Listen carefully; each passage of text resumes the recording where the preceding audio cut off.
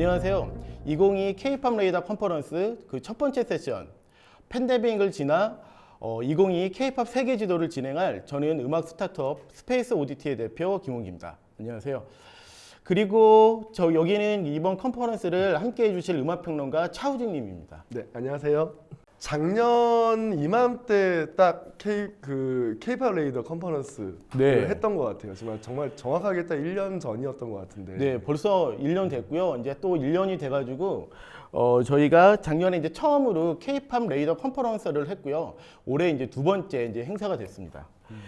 이게 딱 저희가 작년에 했었던 네, 기억나요. 행사였죠. 그래서 작년에 이 장표를 보면서 약간 그 빨간색 요게 레이더 느낌이라고 네, 그래가지고 되게 좀 재밌어 했던 기억이 납니다. 그리고 저희가 또 특별히 최고의 K-팝 평론가들이라고 또 강조를 하면서 저희가 차우진님 그리고 김영대님, 김윤아님 이렇게 세 분을 모시고 저희가 최초로 K-팝을 주제로 하는 컨퍼런스를 한번 열어보자라고 해서 저희가 작년에 키워드를 틱톡이라는 K-팝의 키워드를 틱톡으로 선정을 해서 저희가 총 10개의 세션을 되게 힘들었었는데 그때 10개의 세션을 영상으로 만들어서 여러분들한테 이제 공개를 이제 했었고요.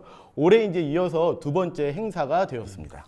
아마 올해 처음 보시는 분들도 많이 계실 거예요. 그래서 약간 간단하게 이제 K-팝 레이더 컨퍼런스가 어떤 행사인지 좀 소개를 해주시면 좋을 것 같습니다. 그래서 저희가 스페이스 오디티에서 두 가지 서비스를 하고 있는데요. 첫 번째는 팬들을 위한 서비스 블립을 운영하고 있고요. 하나는 음악업계 관계자분들을 위해서 운영하고 있는 kpopradar.com이라는 이 K-팝 레이더 서비스를 하고 있습니다.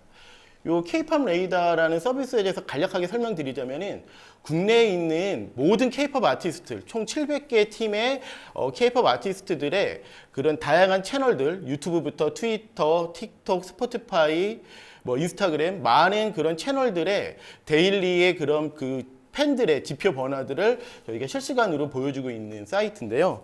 2019년도부터 저희 K-팝 레이더에서 매년같이 꾸준히 하고 있는 것이 있는데요. 바로 이 K-팝 세계 지도라는 것을 저희가 매년 발표를 하고 있습니다. 우선은 2019년도에 발표했었던 게 바로 이것이었는데요.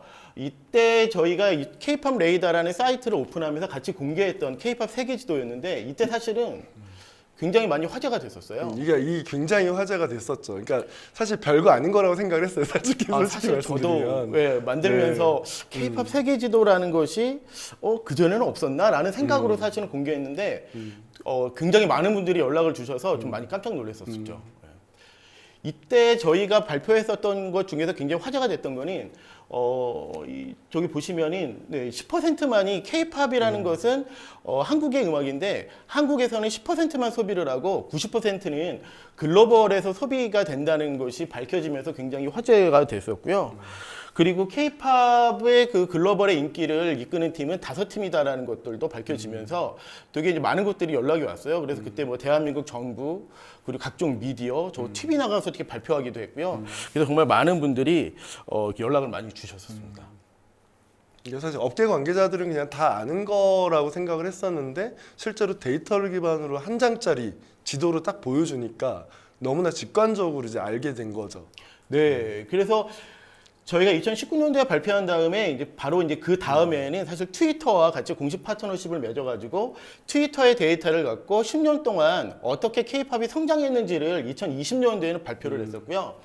2021년도 작년에는 틱톡과 함께 또 저희가 틱톡을 데이터로 하여 그 K-팝 세계 지도를 발표를 했었습니다. 그게 바로 작년이었고, 과연 2019년도에 발표했던 데이터가 2020년도 이 팬데믹을 지나서 어떻게 바뀌었을까, 이 K-팝의 세계 지도가 지형도가 어떻게 바뀌었을까에 대해서 저희도 되게 궁금해서 봤더니 너무 재밌어서 사실 저희가 이거를 언제 발표를 하지? 빨리 발표하고 싶은데 라는 생각을 했다가 이번 컨퍼런스의 이제 첫 번째 세션으로 오늘 이제 공개를 하려고 합니다. 그래서 이번 주제가 모멘텀인 거예요? 네, 맞습니다. 다시 저희가 이 데이터를 보고 여러 가지 상황들을 보니까는 오히려 그게 팬데믹이 어떻게 보면 하나의 모멘텀이었구나라는 생각이 들면서 올해의 키워드를 모멘텀으로 잡았고요. 그리고 이번 세션 외에도 그 이후에 하는 여러 가지 세션들을 통해서 왜 모멘텀이 됐는지를 이제 여러분들에게 설명을 드리도록 하려고 합니다. 사실 저도 그런데 아직 못 본 장표거든요. 그래서 그냥 데이터로만 조금 이렇게 설명을 듣고 해서 사실 너무 궁금하긴 합니다. 어떤 내용이 있는지. 저희가 이제 앞으로 발표를 해드릴 그 데이터의 기반인 유튜브 영상, 그 K-팝 뮤직비디오뿐만이 아니라 K-팝의 음악이 담겨 있는 모든 영상들에 소비되는 그런 조회수를 기반으로 발표를 하는 건데요.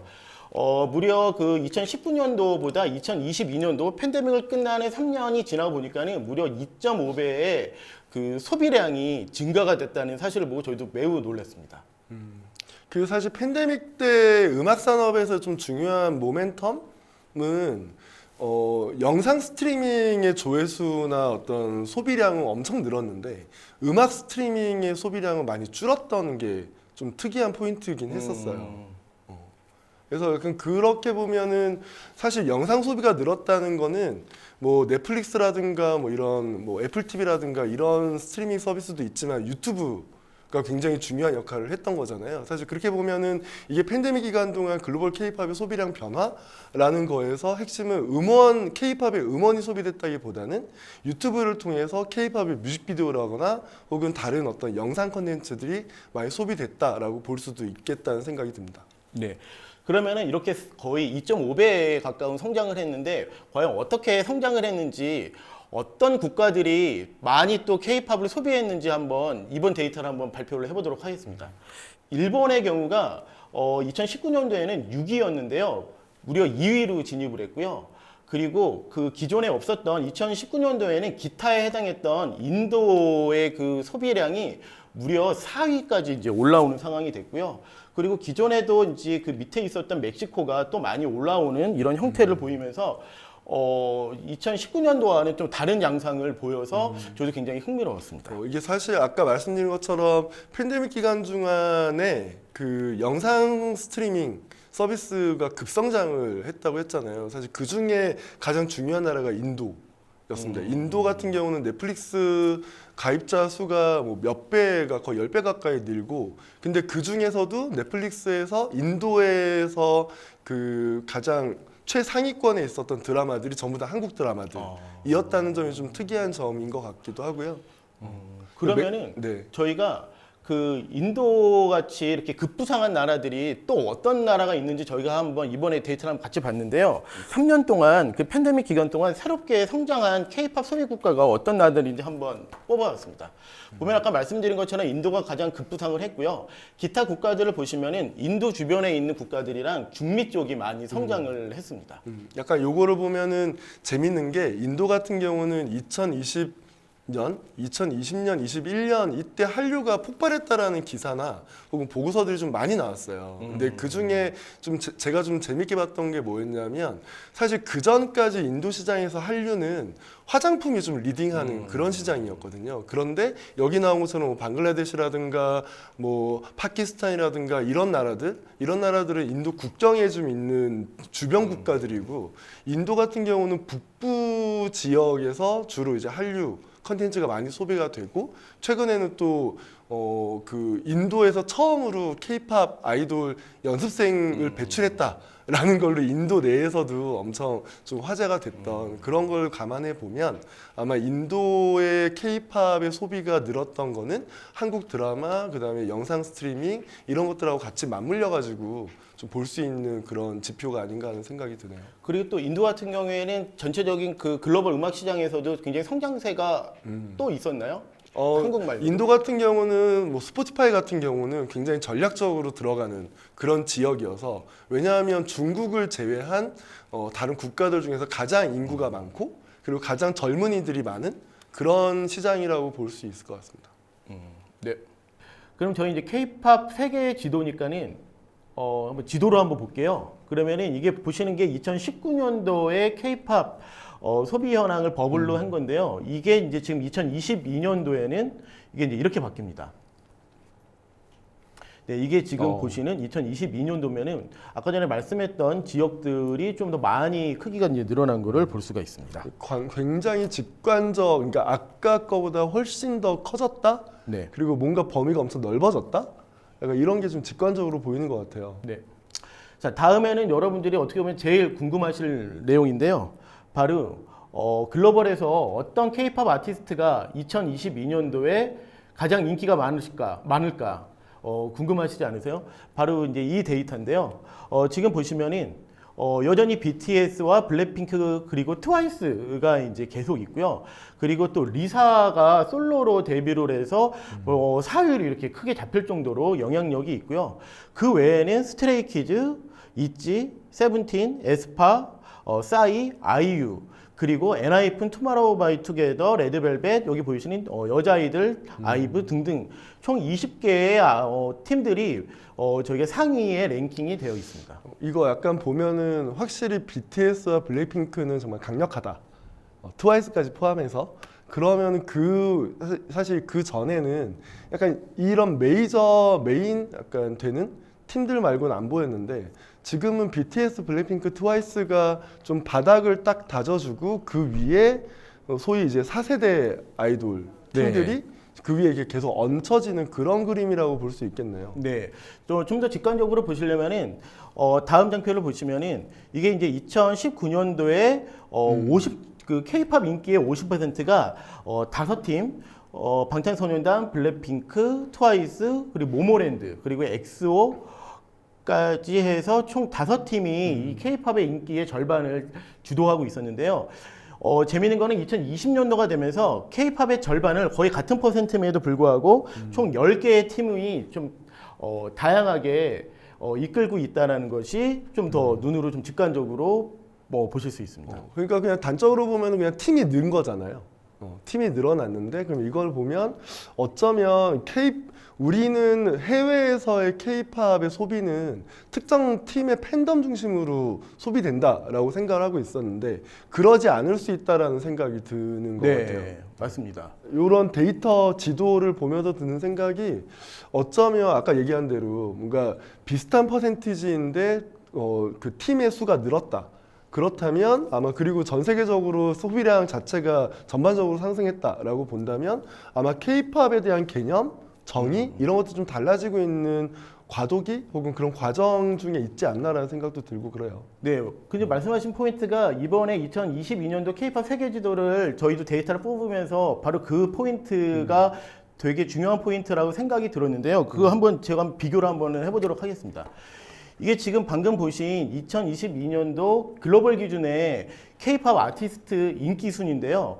이거를 그 다음에 보시면은 왼쪽에 있는 게 어떻게 가장 소비가 많다라고 10%이지만 우리나라 바로 대한민국에서 인기가 있는 탑 20입니다. 여기 보면은 재미있는 거는 한국에서는 BTS보다 아이유의 소비량이 많아서 1위고요. 아이유는 원탑이니까요. 예. 그래서 한국에서는 원탑, BTS보다 원탑이라는 게 저희도 무슨 되게 재밌는 포인트였고요. 또 재밌는 거는 5위가 태연입니다. 아이유와 태연이 있다는 것이 좀 굉장히 특이하고요. 다른 그 글로벌의 인기도와 달리 그리고 여자 아이들 그리고 또 보면 이제 빅뱅이 9위에 있는 또 롱런하는 팀들도 있고요. 그리고 아이브 또 여러 팀들 또 여기 보면은 볼빨간 사춘기, 악뮤 또 이런 팀들이 있고 또 반면에 또 다른 팀들이 다른 국가에서는 없는 또 이런 스테이시, 오마이걸 같은 팀들이 이제 포진이 되어 있습니다. 반대로 글로벌 쪽에 보면은 국내에는 없는 스트레이키즈나 리사 같은 경우가 굉장히 압도적인 그런 순위에 차지를 하고 있고요. 스트레이키즈와 리사가 국내에 없는 게 굉장히 특이한 포인트인 것 같아요. 네. 그리고 에스파와 여자아이들 같은 경우에는 또 반대로 한국에서 또 인기가 더 많은 이런 상황으로 보면은 굉장히 그 한국의 그 인기도의 분포와 글로벌의 인기 분포도가 다르거든요. 그래서 보면 그러니까 제가 항상 궁금한 게 그런 거였거든요. K-팝에서 K가 무엇이냐 이런 얘기 우리가 많이 하잖아요. 그런데 해외 기준으로 혹은 국내 기준으로 이렇게 비교해 보면 K-팝의 정의가 완전히 다를 수 있겠다. 국내 한국의 K-팝의 정의와 해외의 K-팝의 정의 그리고 어떤 K-팝을 소비하는 방식이라든가 패턴 같은 것들은 완전히 다른 방향으로 가고 있는 것 같다라는 생각이 듭니다. 저희도 이제 이거를 데이터를 보면서 보니까니 2019년도에 발표했던 것 같은 경우에는 저희가 그 K-팝이 글로벌 음악이다라는 게 밝혀졌는데 지금 그걸 보니까는 K-팝이라는 건 두 개구나. 한국의 K-팝이랑 글로벌의 K-팝은 다른 거구나라는 게 이제 이번에 좀 정의를 할 수 있겠다는 생각이 들었습니다. 자, 그러면은 2위를 차지하고 있는 일본의 데이터를 한번 보도록 하겠습니다. 일본의 경우에는 BTS가 이제 1위를 차지하고 있고요. 그리고 재밌는 거는 블랙핑크보다 트와이스가 훨씬 인기도가 계속 유지가 되고 있고요. 그리고 그 외에는 또 4세대 아이돌들이 밑에 포진을 하고 있는 상황입니다. 그 다음 아까 전에도 또 중요한 시장이라고 했던 새로운 시장인 인도 한번 보도록 하겠습니다. 인도 같은 경우에는 기존에는 기타에 있었는데 이제 그 주요한 나라가 됐는데 BTS, 블랙핑크, 그리고 리사, 그리고 트와이스. 여기엔 또 5위가 또 이제 아이유고요. 또 여기 보면은 태연이나 또 그 다른 나라에는 없는 전소민이나 또 여자아이들 등등이 포진을 하고 있습니다. 그러면 사실 팬데믹 기간 동안에 데뷔한 팀들도 많잖아요. 그쵸. 그래서 그런 팀들 같은 경우는 오히려 팬들을 만날 수 있는 기회가 없는 상태로 데뷔를 하고 약간 뭐 온라인 컨텐츠 위주로 혹은 라이브 위주로 활동을 하다 보니까 그런 약간 이런저런 좀 그전에 팀들과는 좀 많이 차이가 있을 것 같은데 3년 동안 소위 말하는 그 4세대 아이돌들 어떤 팀들이 데뷔하고 어떤 반응이 있는지도 좀 알아볼 수 있으면 좋을 것 같습니다.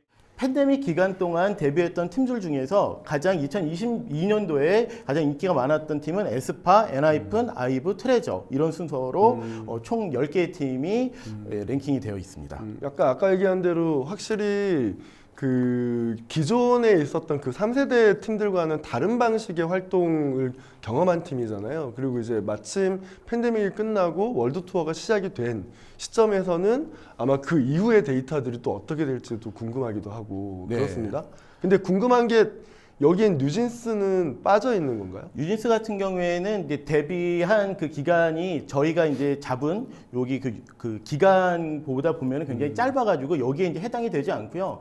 그 올해 같은 경우에는 그 걸그룹 4세대들의 그 완전 대전이었잖아요. 그거에 대해서는 저희도 굉장히 중요한 키워드라 생각해서 일단 두 번째 세션에서 이제 저희가 집중 다루도록 할 예정입니다. 중요한 거는 또 4세대들의 그 활약도 있었지만은 또 중요한 거는 다음 장 보시면은 팬데믹 기간에 데뷔한 팀들 중에서 대표적인 팀 1위, 2위인 팀들의 한번 데이터를 봤는데요. 바로 에스파, 엔하이픈의 경우인데요. 에스파의 경우는 한국에서 다른 팀들보다는 유독 인기가 많았고요. 그 다음에 인도네시아, 일본 쪽이었고 엔하이픈 같은 경우에는 필리핀, 일본, 인도네시아, 태국 등 좀 다양하게 포진이 되어 있습니다. 그 4세대 아이돌들도 중요하지만은 또 그 팬데믹 시절 동안 그 기간 동안 그 전에 데뷔해서 활동하고 있던 팀들의 성장도 굉장히 또 그 급성장을 했는데요. 여기 보시면은 그 팬데믹 기간 동안 가장 많은 성장을 했던 팀들을 저희가 한번 뽑아봤는데 1위가 NCT 드림, 2위가 있지, 3위가 스트레이키즈, 그 다음이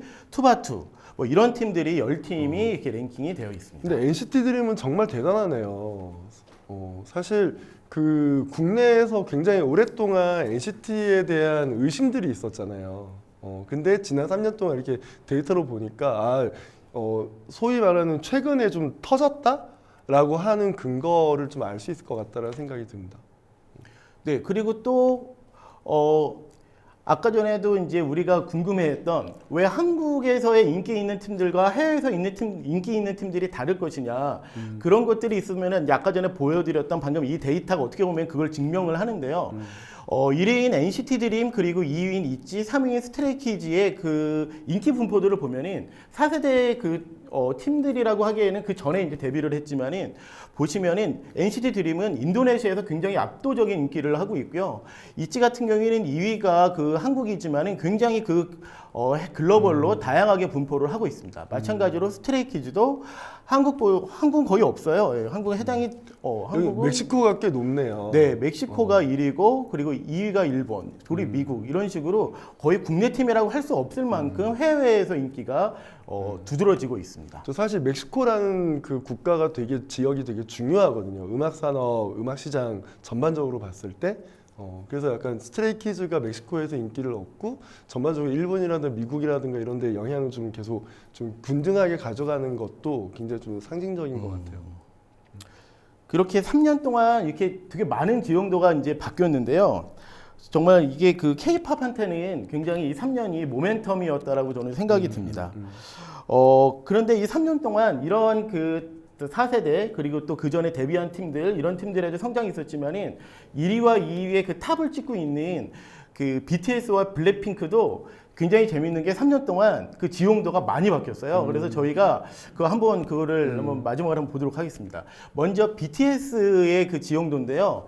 그 팬데믹 전에는 미국이 1등이었고 2위가 베트남, 3위가 인도네시아, 4위가 멕시코 이런 그리고 5위가 한국이었는데 팬데믹이 끝난 지금 2022년도 기준으로 보면은 무려 여기 밑에 있던 일본이 1위로 급부상을 했고요. 그리고 2위가 아까 전에 새로 생긴 그 K-팝 시장인 인도가 2위를 차지하고 또 아까 멕시코 중요하다고 하셨는데 3위가 멕시코로 거의 이제 밑에 있던 국가들이 또 이 팬데믹 기간 동안 BTS를 주요하게 소비하는 국가로 이렇게 떠올랐습니다. 약간 이게 한번 이렇게 싹 리프레시가 된 느낌. 네, 완전 뭐 BTS도 자체를 그 본인들도 아는지 모르겠는데 완전 그 3개월 동안 그 그쵸. 팬덤 자체가 물갈이가 완전히 네. 되는 판도가 바뀐 이런 상황이 됐고요. 사실 이렇게 보면은 잠깐 뭐 이렇게 설명을 좀 잠깐 이렇게 첨언을 하자면 일본 같은 경우는 2019년, 20년 사이에 BTS가 일본 안에서는 좀 여러 가지 좀 이슈들이 있었잖아요. 그래서 소비 자체가 좀 어려운 상황이었다. 근데 그 시간이 끝나고 일본에서 소비량이 는 거, 그리고 인도가 아까 얘기했던 대로 한류라든가 이런 새로운 한류가 생기면서 같이 부상을 한 거라고 볼 수 있는 것 같고, 멕시코 같은 경우는 그 북미와 남미를 통틀어 가지고 멕시코가 유튜브의 전체 소비량을 리딩하고 있는 가장 많이 유튜브를 소비하는 그런 지역이기도 해요. 그래서 그런 맥락으로 보면 BTS 같은 경우는 K-팝이 아니라 아예 어떤 팝의 영역으로 넘어가고 있는 것 같다라고 볼 수 있을 것 같아요. 거의 BTS가 그런 거를 그대로 다 반영을 하고 있는 실제로 그렇게 보여지는 데이터가 그렇게 보여지고 있네요. 네. 그대로. 네. 그 다음은 BTS 다음에 이제 같이 또 얘기할 수밖에 없는 블랙핑크인데요. 블랙핑크 같은 경우에도 또 많이 또 바뀌었어요. 그래서 인도네시아가 2019년도에 인도네시아 그 태국이 되게 압도적이었는데요. 그랬는데 지금 2022년도 올해 기준으로 보면은 또 아까 전에 얘기했던 그 인도가 1위가 됐고요. 2위가 태국, 그리고 다시 인도네시아가 3위, 그리고 또 멕시코가 4위가 되는 이런 분포를 또 보이고 있습니다. 자, 이렇게 저희가 사실 더 많은 데이터가 있어요. 근데 저희가 이 압축해서 여러분들한테 보여드릴 만한 데이터를 뽑아와서 오늘 이제 브리핑을 드렸는데, 정말 저도 뽑으면서도 이게 과연 3년 동안 어떻게 변했을까 했는데 되게 많은 의미를 내포하고 있구나. K-팝의 자체의 그런 그 정의도 달라지는 것 같고, 그리고 그런 국가들 같은 경우에도 굉장히 다양해지고 팀도 다양해지고 이런 생각을 했는데요. 차우디님께서는 이걸 한번 데이터를 보시고 어떤 생각이 들으셨나요? 약간 크게 세 개 정도의 생각이 들었어요. 하나는 지금 이렇게 보여주는 이런 K-팝의 세계에서 K-팝이 어디가 주요 소비국가 지역일까라고 보여주는 이 그 지도가 사실은 전체 음악 산업에서 소위 이머징 마켓이라고 뜨는 지금 가장 중요하게 뜨고 있는 지역과 거의 겹친다. 예를 들면 남아메리카, 그리고 북아프리카와 중앙아시아, 그리고 동남아시아. 약간 이 지역이 지금 팝 전반적으로 봤을 때 이머징 마켓이라고 꼽는 지역들이거든요. 그래서 그런 것들이 하나 좀 특징적인 것 같다라는 생각이 들고, 또 하나는 아까 얘기했던 대로 그 5팀이 리딩하던 것이 10팀으로 늘었다라고 본다면 아무래도 K-팝을 특정하게 소비하는 팬덤이 조금 더 넓어지거나 혹은 새로운 팬덤이 유입되고 있는 것 같다. 이거 약간 종합해서 보면 제 생각에는 K-팝의 소비하는 방식이라는 게, 그러니까 우리가 좀 그런 것 같아요. K-팝을 기준으로 K-팝만 보면 약간 오해하는 지점들이 있는 것 같거든요. K-팝이 너무 잘 되는 것 같다. 하지만 큰 맥락으로 약간 한 발짝만 떨어져서 좀 다른 넓은 맥락 관점으로 보면 전체 음악 소비가 되는 지역에서 K-팝이 함께 소비되는 것이라고 볼 수 있는 것 같고, 거의 팝에 가깝다고 볼 수도 있을까요? 네, 그렇게 본다면 사실은 우리가 생각할 때는 K-팝은 우리 한국 안에서는 어떤 이를테면 아이유가 K-팝이냐 아니냐라는 얘기가 있잖아요. 예. 그런 것처럼 K-팝은 특정한 어떤 것으로 되는데 해외 사람들은 사실은 아이돌 팝이나 뭐 K-팝이나 이런 구분보다는 어떤 K-팝이라는 어떤 카테고리에 에서 전반적으로 소비하는 경향이 늘어나는 것 같다. 그래서 특정한 팬들이 늘어나는 것도 있겠지만 동시에 팝에 소비하는 사람들이 어떤 록이라든가 재즈라든가 힙합을 소비하는 것처럼 K-팝이라는 어떤 카테고리를 전반적으로 같이 소비하는 것처럼 보인다라고 할 수 있을 것 같아요. 그 말씀 들어보니까는 저희가 이제 다른 세션 팬덤 이야기하는 세션에서 그 팬덤에 얘기하는 것 중에서 또 중요한 키워드가 멀티스탠인데 그것도 보면은 같은 맥락의 얘기일 수도 그렇죠. 있겠네요. 예, 그래서 해외 팬들 같은 경우는 특정한 팬덤에 몰입해서 하는 것보다는 K-팝을 좋아하는 사람들이 전반적으로 늘어나고 있는 것이라고 볼 수 있을 것 같습니다. 올해 그 2022년도에 K-팝에 대한 그 글로벌 데이터를 뽑아보고 그리고 저희가 3년 전 그 했던 데이터에 어떻게 보면 업데이트예요. 그대로 그 같은 조건의 데이터를 이번에 뽑아봤는데 저희가 이번에 잡은 키워드가 모멘텀이었던 것처럼 K-팝에 있어가지고 팬덤이라는 그런 키워드가 사실은 굉장히 암담하고 그리고 실제로 저 주변에 많은 음악업계 분들이 굉장히 많이 걱정을 많이 하셨었어요. 그래서 그걸 어떻게 돌파를 해야 될지 많은 얘기도 나누고 했는데 결과적으로는 저는 정말 대단하다고 생각이 드는 게 이 팬데믹이라는 그런 키워드를 오늘 저희의 그 키워드인 모멘텀으로 바꿀 수 있었던 게 사실 우리한테는 되게 중요했던 또 기간이었구나 하는 생각이 듭니다. 그러니까 저 같은 경우도 같은 동감하는데 그 정말 그 모멘텀이라는 게 어쩌면 K-팝이 정말 전 세계로 뻗어나고 있는 시점이잖아요. 그런 시점에서 K-팝에 진입하는 새로운 어떤 소비자들 혹은 팬들 이런 음악 리스너들이 K-팝에 진입하는데 허들이 굉장히 낮아지고 있는 모멘텀. 그래서 내년 이후에는 또 다른 식의 어떤 장면이나 그림이 펼쳐질 것 같다라는 기대 뭐 이런 것들이 좀 생기는 것 같아요. 네. 과연 2022년의 데이터를 봤는데 이제 앞으로 또 1년 뒤에 또 뵈야 되는데요. 저희 네. 2023년에는 또 어떻게 데이터가 바뀔지, 어떻게 글로벌 K-팝의 인기 지용도가 바뀔지 또 한번 기대를 해보도록 하겠습니다. 개인적으로 정말 10년 정도 누적된 데이터가 나오면 정말 어떤 그림이 나올까 엄청 기대되고 있는 그런 시간이었던 것 같아요. 그러면 지금까지 첫 번째 세션이었던 2022 K-팝 세계 지도의 데이터를 같이 봤고요. 또 이제 앞으로도 계속 이제 두 번째 세션, 세 번째 세션에서 더 재밌는 이야기들 또 계속 보실 수 있으니까는 다른 영상들도 놓치지 말고 봐주시기 바랍니다. 네. 오늘 차우진님 수고 많으셨습니다. 네, 고맙습니다. 네, 재밌는 시간이었습니다. 네, 감사합니다. 고맙습니다. 네.